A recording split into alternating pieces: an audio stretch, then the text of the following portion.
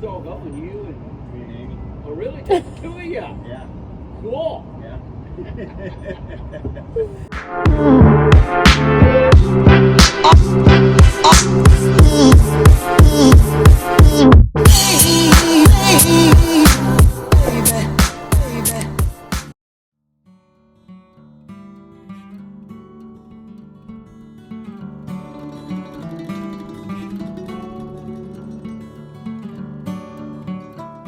It's Monday, October 18th, 2021, and the Hoboat is setting sail. This is our first big, in air quotes, trip. We are sailing from Corpus Christi, Texas, up the coast of the Gulf of Mexico to Galveston. Nick and I are doing the delivery run, and he and a crew of semi-salty and mostly drunk sailors will race it back down to Port Aransas for the annual Harvest Moon Regatta. We got an early morning start and were accompanied by several pods of dolphins coming through the ship channel. Seeing these beautiful creatures so close never ceases to amaze and excite me. The first day we caught some beautiful weather, great wind and a comfortable current. I relaxed with some light reading while my captain did some strategic planning and visualization.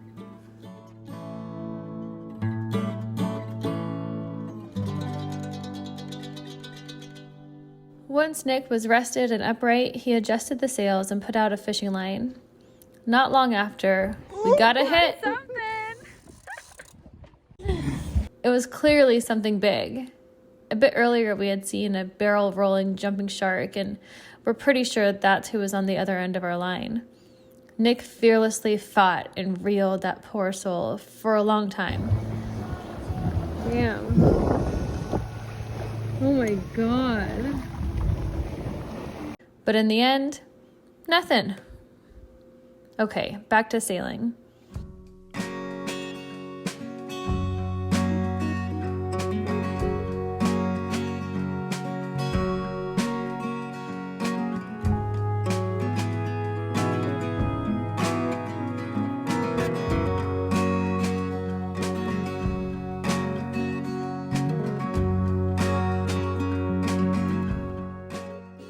One of the things I love most about sailing is how it draws you into the present moment. There's nowhere else to be, nothing else to do. For a chronic busybody like myself, this is insufferable at first. Many of you know that Nick and I first met in Thailand at a silent meditation retreat. More on that later. A core teaching of that retreat was stillness. Stillness unlocks the door, opening to bliss, clarity, peace, resolve, contentment, and happiness. The Buddhists call this sukha. In Pali, it means unhindered flow. It's one of the main tenets of Buddhism, to be free from desire, aversion, hate, greed, attachment, and delusion.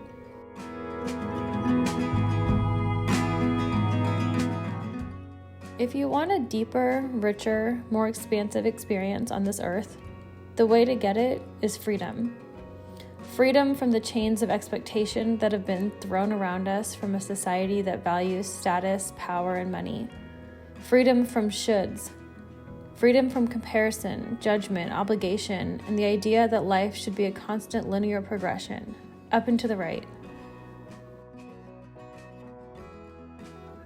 One of my favorite quotes is from Abraham Joshua Heschel, a Jewish theologian, rabbi, and philosopher, who writes, "Gallantly, ceaselessly, quietly, man must fight for inner liberty, to remain independent of the enslavement of the material world.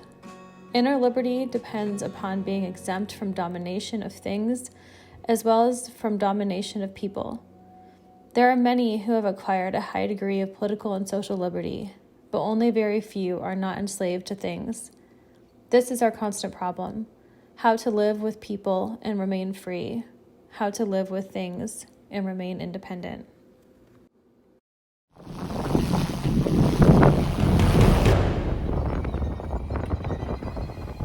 What's not documented on this trip is the following night.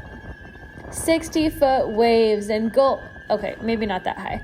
But a storm rolled through and we lost wind, which depowered the sails. We sat there being slammed around and basically going nowhere in the middle of the night. Having never been in this situation before, I did what any sane person would do. Pled with my companion to call the Coast Guard. After an unsuccessful campaign for external support, Nick explained to me the thousands of pounds of steel that are underneath the boat, making it impossible to be capsized, which was my primary concern.